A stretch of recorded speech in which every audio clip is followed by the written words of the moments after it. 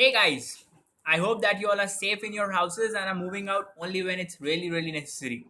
So, we had already started maths on this channel, and you guys probably know that recently CBSE had reduced your syllabus by 30%. So, today we would be starting with another chapter of maths, and this chapter is your lesson 2 polynomials.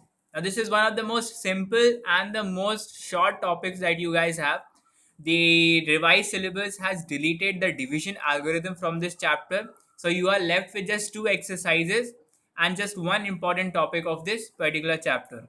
Now, many of you may not like mathematics as such because you might think that it's a very tough subject, but trust me, even if you think that you are an average student, even if you think you are not good in maths, if you watch the videos carefully, if you understand the concepts behind them carefully, trust me, you will get 100% marks, because now your syllabus has been reduced by 30%. That has actually increased your chances of scoring 100% marks in this maths exam by 100%. So okay, so I want all of you to pick up your pen, paper, and keep your NCRT handy, because now we will be starting with one of the most easy and simple chapters of maths, that is polynomial. So, first of all, let us understand what is a polynomial. See, a polynomial is an expression containing two or more algebraic terms. You know that what is an algebraic term? An algebraic term consists of a variable or whose quantity you don't know, and its coefficient. The coefficient may be 1 or any real number that we have. They are often the sum of several terms containing different parts, exponents of variable. You all know that if a polynomial is in x, since you have studied linear polynomials or linear equations in class 9, you would know that if a polynomial is in x, then generally you see that certain algebraic expressions are combined. Like in one algebraic expression, x would be raised to the power 4, and then you will have plus bx to the power square, x to the power 3, and this way you get a sum of different algebraic terms. So you guys have some basic understanding of polynomial from class 9. So this is just one simple definition. You guys need not memorize it, but it's important that you know what you are studying. Now let us look at what is the degree of a polynomial. See, a polynomial's degree is the highest or the greatest degree of a variable in a polynomial equation. The degree indicates the highest exponential power in the polynomial, ignoring the coefficient. So we know if we have a polynomial in x, okay, so the highest power of x that we will have, that is the highest exponent power of the equation in that particular x variable, will be known as what? The degree of the equation. Now let us understand this through an example. I want all of you to pay close attention to your screens. We'll be considering the first example that is written on the screen. 4x raised to power 4 plus 2x cube plus 11. So here you can see that the highest power of variable x is 4. So we have the degree of the polynomial as 4. So now let us consider this second example that is right on your screen. So it is 7x raised to the power 8 plus 12x cube plus 9x plus 1. The highest power of the variable x, and that is 8. Therefore, the degree of the polynomial 7x raised to the power 8 plus 12x cube plus 9x plus 1 would be 8. So you all know how you would be able to find out the degree of the equation. You guys have already studied this in ninth, but it was a quick recap that we have done here. Now let us look at what are the different types of polynomial depending on their degrees. So basically there are a lot many polynomials that we'll come across, but we will actually look at three of them. These three are linear polynomials, quadratic polynomials, which are in your syllabus and you'll be studying them, and cubic polynomials. See, these are not in your syllabus, cubic polynomials, but it is important that you have at least have a look at it. If the expression is of degree 1, then it is called a linear polynomial. So what is a linear polynomial whose degree is 1? So example, if you can see 5x plus 2, here the power highest power of x is what? 1. 50z plus 3, here it is a polynomial in z. So what is the highest power of z? Z's highest power is 1 in that expression. Therefore, this is a linear equation or polynomial. Now let us look at quadratic polynomials. What are they? If the expression is of degree 2, then it is called a quadratic polynomial. If you have the degree of a polynomial as 2, then that particular polynomial is known as what? A quadratic polynomial. Cubic polynomial, if the expression is of degree 3, then it is called a cubic polynomial. So if in a polynomial you have the degree as 3, then it is known as a cubic polynomial. So let us consider an example: 2x cube plus 5x. Here the highest power of x is 3, therefore the degree is 3 and it is a cubic polynomial. 8y raised to the power 3 plus 6y plus 3. Here the highest power of y is what? 3, therefore it is a cubic equation. Now let us look at their graphs. See, graphs you won't be asked to draw in your examination, but it is important that you know about certain graphs because your first exercise in NCRT is based on graph. This will be a very important 1 mark question because you will be asked to identify the number of zeros and have the. Okay, so now let us look at the linear graph. See, linear polynomial has a straight line which may or may not pass through the origin. As you can see, it cuts the y-axis at exactly 1 point. The quadratic polynomial, you can see it is a U kind of a curve. This particular curve is known as what? A parabola. So this is the important 1 mark question. It can be asked as one on your MCQs. What is the graph of a quadratic equation known as? It is known as the parabola.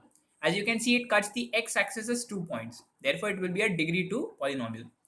Now, while studying maths, a lot many of you do this simple mistake, which is actually a blunder. What you guys do is before knowing the basic concepts of any topic, you jump to your refreshers and you completely ignore your NCRTs.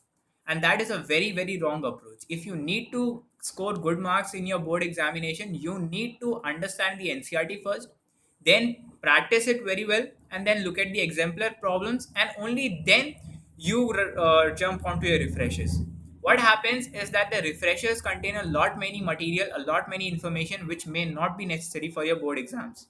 Okay, so that is the reason why I'm directly teaching you some topics directly from the NCRT. So let us have a look at that. These are the direct pages from your NCRT. So first have a look at them. So now pay attention to this. So you see that when we put x is equals to 2, we get the value minus 6. Now this minus 6 is obtained by replacing x by 2 in this particular equation. Therefore, we get that particular value. So when we replace a value in place of x, we get a final value. And that is the value known as if you substitute that value at that place. Now what happens if a polynomial becomes 0? That is, if we substitute a particular value in place of x and the final value of the polynomial becomes 0, then that particular value which we had substituted is known as the 0 of the equation. Now let us consider this through an example. See, here you can see that if we substitute minus 1 and 4 in that particular equation, that is minus 3x minus 4, what we got? We got the complete value of the polynomial, that is the final value of the polynomial, as 0. Therefore, these two values are the solution of the polynomial, or in more general, they are the zeros of the polynomial. So if we substitute a particular value in place of x and the final value of the polynomial becomes 0, then that particular value is known as what? The 0 of the polynomial. Now I want all of you to pay attention to this particular graph. Here you can see that we have plotted a graph for y is equals to 2x plus 3. Since it is a linear equation, since it is a linear polynomial, it will have a straight line. Now this particular line is not passing through the origin, but it is cutting x-axis at minus 3 by 2. Now you can see that if you substitute this particular value in this y is equals to 2x plus 3, we find that the final value of the polynomial becomes 0. So what is this? This point, that is minus 3 by 2 comma 0, is the solution of that equation. This is where the graph of this particular equation cuts the x-axis. Now I want all of you to look at the quadratic equations graph now. So here we have plotted a graph for what equation? X square minus 3x minus 4. So this is the particular graph that we had formed. Now this is known as a parabola. As you can see that it cuts the x-axis as 2 points, minus 1 and 4, that are the x coordinates. Now if you substitute the x coordinate, that is minus 1 and 4, in place of x in this particular equation, that is x cube, x square minus 3x minus 4, you will find that the value of y becomes 0. That is the resultant value, that is the final value of the polynomial becomes 0.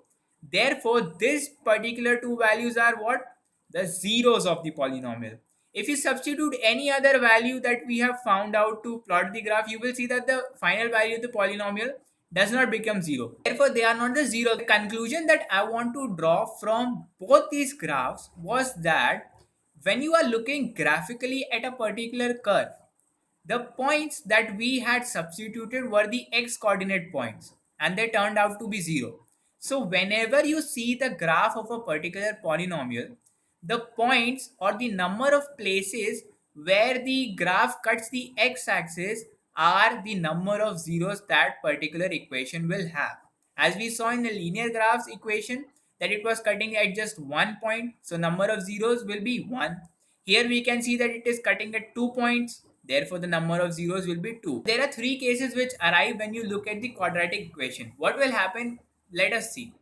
See, first the graph of this quadratic equation will cut the x-axis as 2 points, and the number of places where the graph cuts the x-axis are the number of zeros. So here in this case you will see that the curve is actually cutting the x-axis at 2 points. Therefore it will have 2 zeros. This is the first case that you have.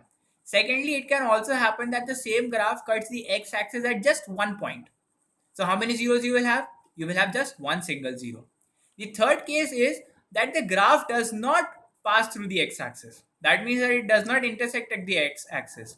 So what will happen in this case? In this particular case, the quadratic equation or the polynomial will have no zero. So what you guys need to keep in mind is simply that the number of places where the graph cuts the x-axis are the number of zeros. So now let us quickly proceed to the first exercise of this particular chapter. This is the most simple exercise that you will have in your maths syllabus. You just look in your books and mark them. Okay, so we'll discuss them. Exercise 2.1. The graph of y is equals to px, that is a polynomial in y, is given in figure 2.10 below. For some polynomials, that is p of x. Find the number of zeros of p of x in each case. So here you need to keep this thing in your mind. The number of places where the curve cuts the x-axis are the number of zeros that that particular polynomial will have. If it does not cut the x-axis at all, zero solution. So let us look at the first. Here it is a straight line which passes through the y-axis and is parallel to the x-axis. So it is not cutting the x-axis. So how many zeros you will have? This particular graph or this particular polynomial will have no solution. Therefore, zero zeros. Okay. This particular graph is passing through the x-axis at exactly 1 point. So, how many zeros? One particular zero. Let us look at the third. Now, this particular curve is passing at how many points? Let us count. It is passing at 1, 2, 3. So, it is passing at 3 points. So, the number of zeros that it will have 3 number of zeros. Okay. Now, let us look at the fourth one. That is a parabola. How many points does it cut in the x-axis? It cut 2 points, 1 and 2, as you can see clearly, right? So how many zeros it will have? It will have 2 zeros. Let us look at the fifth question. How many points does this graph cut at? How many points does this graph intersect at the x-axis? Let us see. 1, 2, 3 and 4. So this particular curve cuts the x-axis at 4 different points. Therefore, the number of zeros that it will have is 4. Now let us look at this particular graph. It cuts 1, 2, 3. It cuts the x-axis at 3 points. The number of zeros that it will have is 3. So as you can understand that this was a very, very simple exercise that you guys had to do. And this will surely come in your MCQ marks where you will be given a graph and you would need to tell the number of zeros that particular polynomial is having. Now let us proceed to the second exercise. But before that, there are 3 important relationships that you guys need to use and that will be utilized in the next exercise. So now let us proceed to the board and solve the next exercise and the last exercise of this chapter.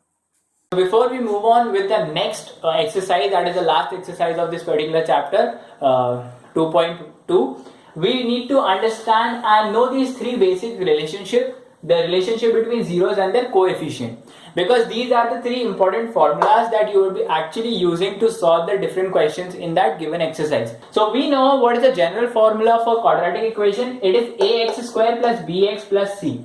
Now what do you mean by general expression? See, general expression is simply simplified expression. You know, you can just generally tell them this is how it would look. So in place of x, you can in place of a you can write anything, any number. In place of b you can write any number, and c is one constant.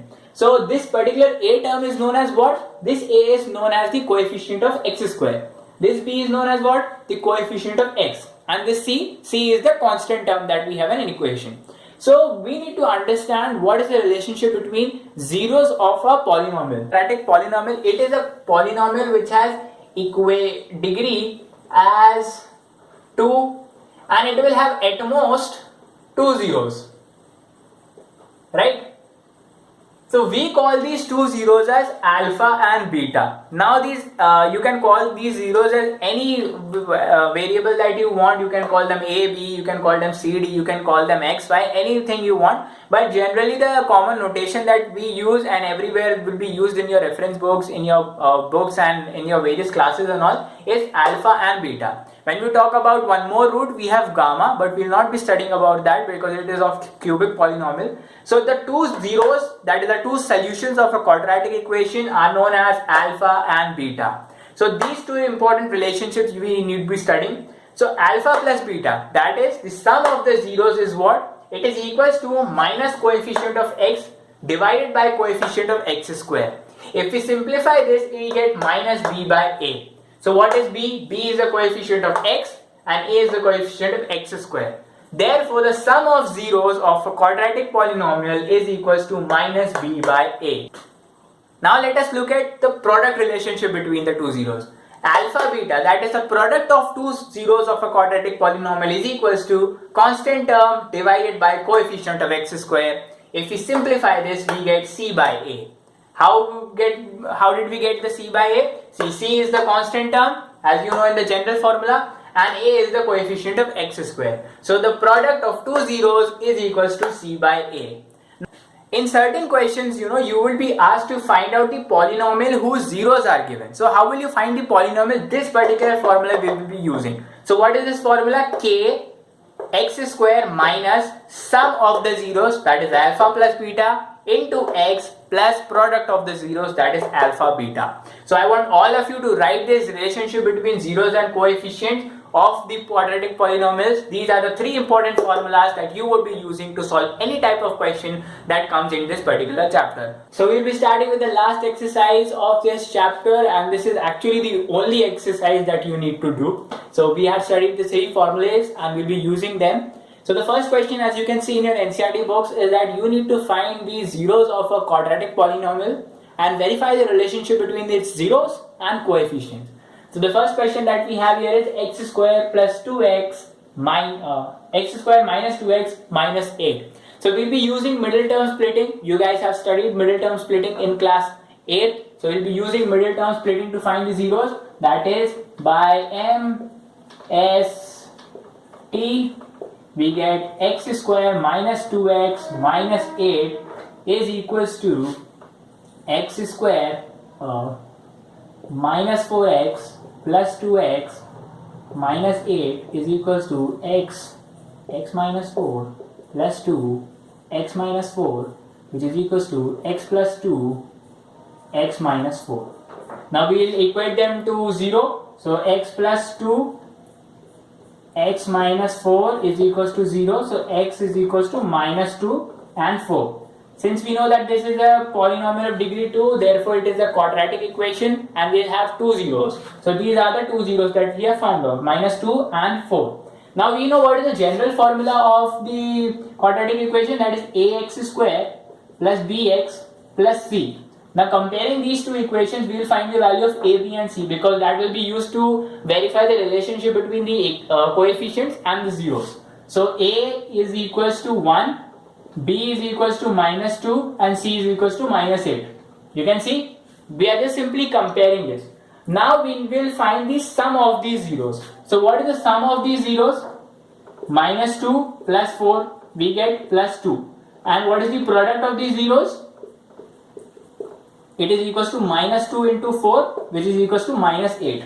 So using these two zeros we have found the sum and the product. Now we will verify them using what? The technique of alpha and beta. So we know, we have studied alpha plus beta is equals to minus b by a.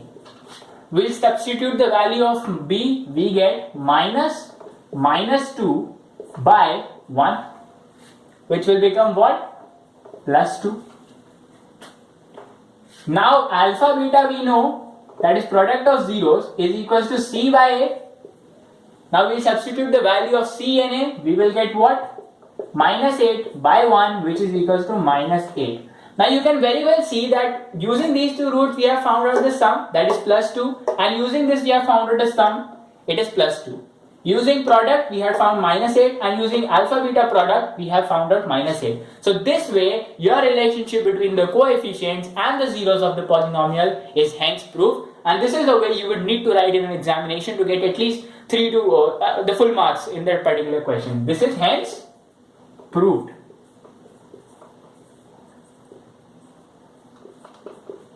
Let us move on to the next question. So now let us look at the third question that is given in your NCERT, that is 6x square minus 3 minus 7x.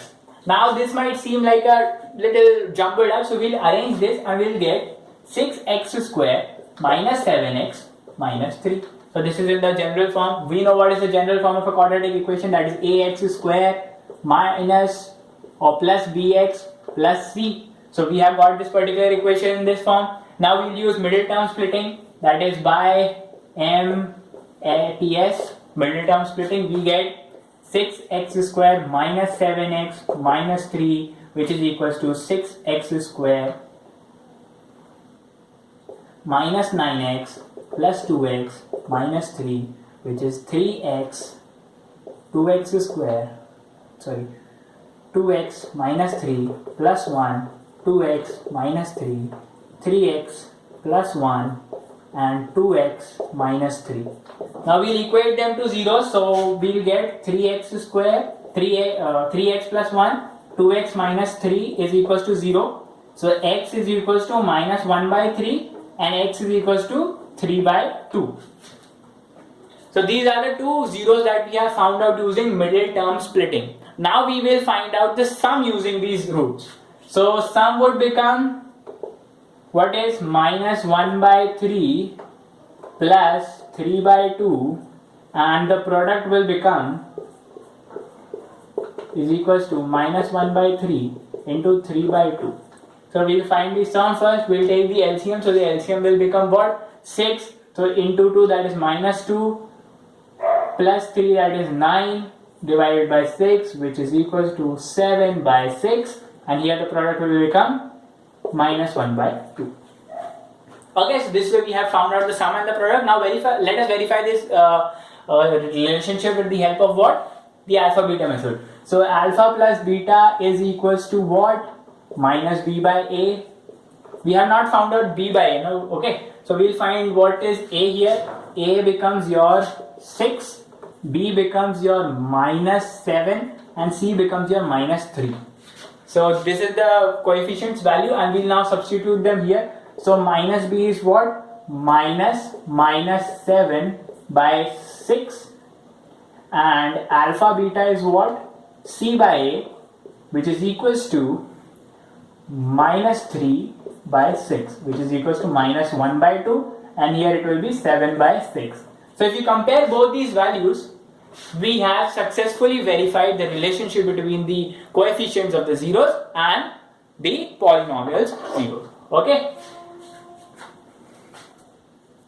Now let us look at the fourth question. Now this type of question is a little bit of different, because here how will you apply middle term splitting? If I told you that you have to apply middle term splitting here, it will become difficult. So what we will do to find the zeros of this particular equation, we will use the factorization method or the method of taking common. So you can see that in this particular term, what we can take out common is first u, and we can also take out 4 as common. So let us take 4u as common. So what we will left with u plus 2.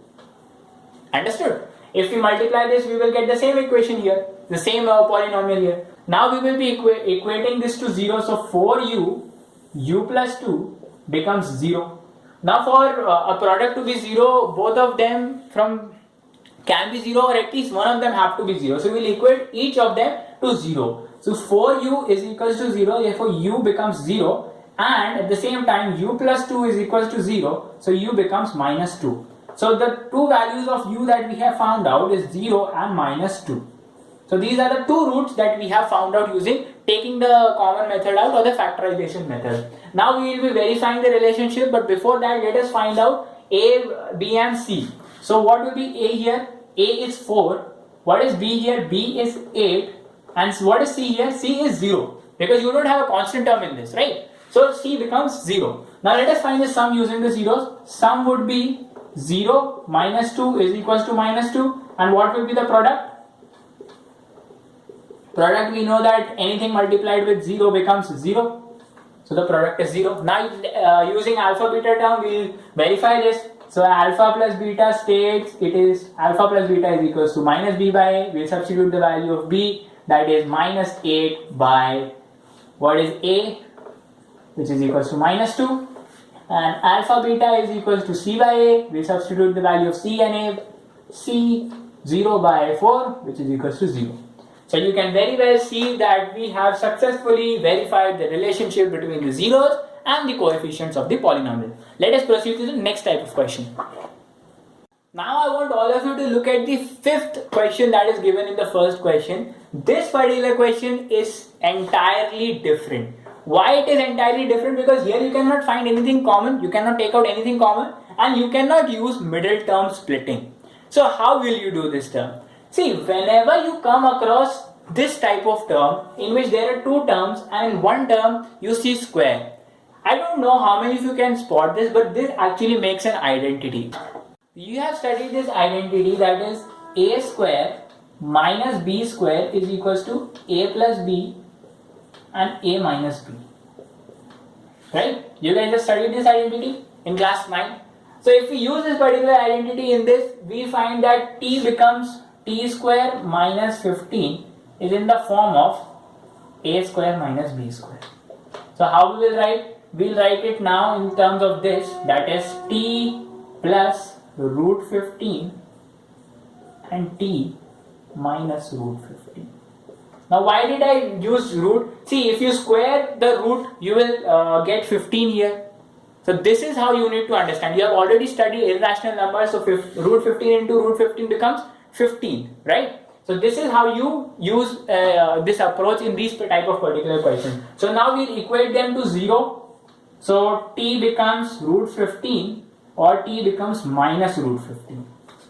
So these are the two zeros that we have found out for t. Now let us find a, b and c here. So comparing this equation with z, we get a is equals to 1. B would be 0 because you don't have any other t term here. And what will be the c? C will become minus 15. Now let us find the sum here. So sum will be simply root 15 minus root 15. The sum will become 0. What will be the product? The product will be root 15 into minus root 15, which is equals to minus 15. This becomes your product. Now let us verify it using alpha beta. So alpha beta A is equals to minus b by a. Let us substitute the value of minus b. Minus b is minus 0 by 1. It becomes 0. And alpha beta is equals to c by a, which is equals to what? Minus 15 by 1, which is equals to minus 15. So you can clearly see that we have successfully verified the answer, or we have successfully verified the relationship between the coefficient and the zeros of this particular polynomial. So now let us start with the next question. As you can see in your NCERT, in these type of particular questions, you need to find the polynomial. The roots are given to you, you need to find the polynomial. So when we have studied the three formulas, we had seen that the last formula states that if we need to find the polynomial, we use this particular formula, k in the bracket x square minus alpha plus beta, that is the sum of the roots or sum of the zeros, into x plus alpha beta, that is product of the zeros. So here on the first question we are given two roots, that is 1 by 4 and minus 1. So first of all, what you need to do in these type of questions, if you need to find the polynomial, you need to first add them and then multiply them. So whatever you get the value, that will be your alpha plus beta and then substitute in this particular equation. So let us find what is alpha plus beta here. So alpha plus beta will become 1 by 4 minus 1, which is equals to minus 3 by 4. What will be your alpha beta? Alpha beta will be 1 by 4 into minus 1, which is equals to minus 1 by 4. Right? This is fine. So we have found out alpha plus beta, that is sum, and we have found out alpha beta, that is product. Now we'll substitute this in this particular equation. So we get k x square. What is alpha plus beta? Alpha plus beta is minus 3 by 4 x, and what is alpha beta plus? That will be minus 1 by 4. So this is your particular equation or the expression or polynomial that you needed to find. Now let us look at the third question. Here you are given two zeros. First zero is 0 and the second 0 that you have is root 5. So first we will find the sum, which is equals to alpha plus beta, which is equals to 0 plus root 5, which will be root 5. Now we will find out what the product. Prod is equals to alpha beta, which is equals to 0 into root 5, which will become 0. Now what we will do, we will substitute these values in this particular equation. So we will get k is equals to x square minus, what is alpha plus beta? Root 5x. What is your alpha beta? It is 0, so plus 0. So this is your particular answer. It is very simple, right? You just need to find the sum and the product and then substitute this in this particular equation. Now the next question that we have is minus 1 by 4 and 1 by 4. These are the two roots that we are given. So sum would be alpha plus beta, which is equals to minus 1 by 4 plus 1 by 4, which becomes 0. Right? Product would be prod is equals to alpha beta, which is equals to minus 1 by 4 into 1 by 4, which becomes minus 1. Minus 1 by 16. Okay, so this is how you have found out the sum and the product. Now you need to substitute this in this value. So we get k is equals to x square minus alpha beta, which is equals to 0 into x plus minus 1 by 16. If you simplify this will become x square minus 1 by 16. Now you can take the LCM or you can leave it in this form. It is up to you. Now let us look at the last question of this chapter, and here you are given two zeros, that is 4 and 1. So let us find this sum first, which is sum is equals to alpha plus beta, which is equals to 4 plus 1, which is equals to 5. Done? Product would be alpha beta, which is equals to 4 into 1, which is equals to 4. So you found out the sum and the product. Now we substitute these values in this equation. We will get k is equals to x square minus alpha plus beta, which is equal to 5x plus 4, which is your alpha beta. So this is your answer. It just takes hardly 1 minute, to solve the entire question. So therefore, you should not lose marks in these types of questions.